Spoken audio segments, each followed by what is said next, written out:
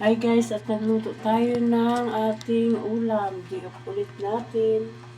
At yan, alalagyan ko po ng gulay na ampalaya.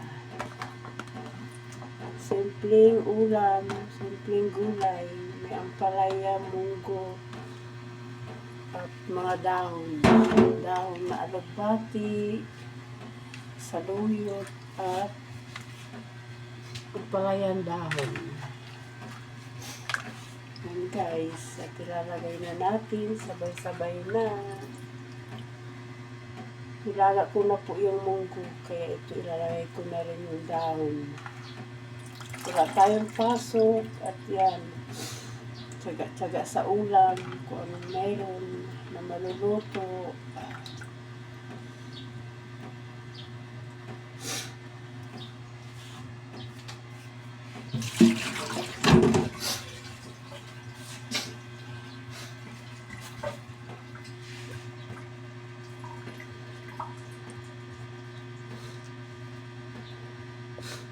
Yung luto ko ay sakop na ata ang aking kapitbahay.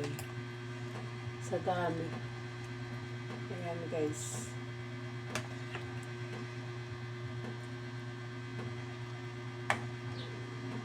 Napakadami ng sahog niyan. Sa gulay lang po ako mahilig.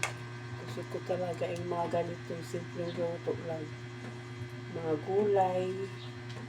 Ayan.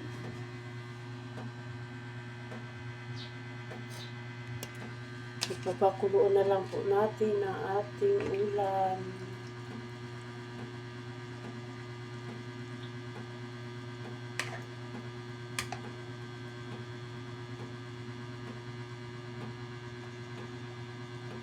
Yan guys, ang daming halo. Yan. Kunti lang yung munggo niyan guys. Ayan. Diba?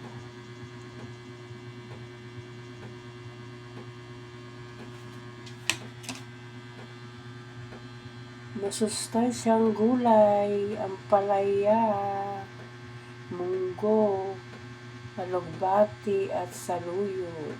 Yan po ang aking pinaghalo-halong gulay. May munggo po yan. Aabangan ko po ang pagkulo ng aking nilulutong gulay. Yan guys, diop po natin. Ayan, at kulo na. Sa natin baka umapaw ng sabaw. Ayan guys, yan nakikita nyo ang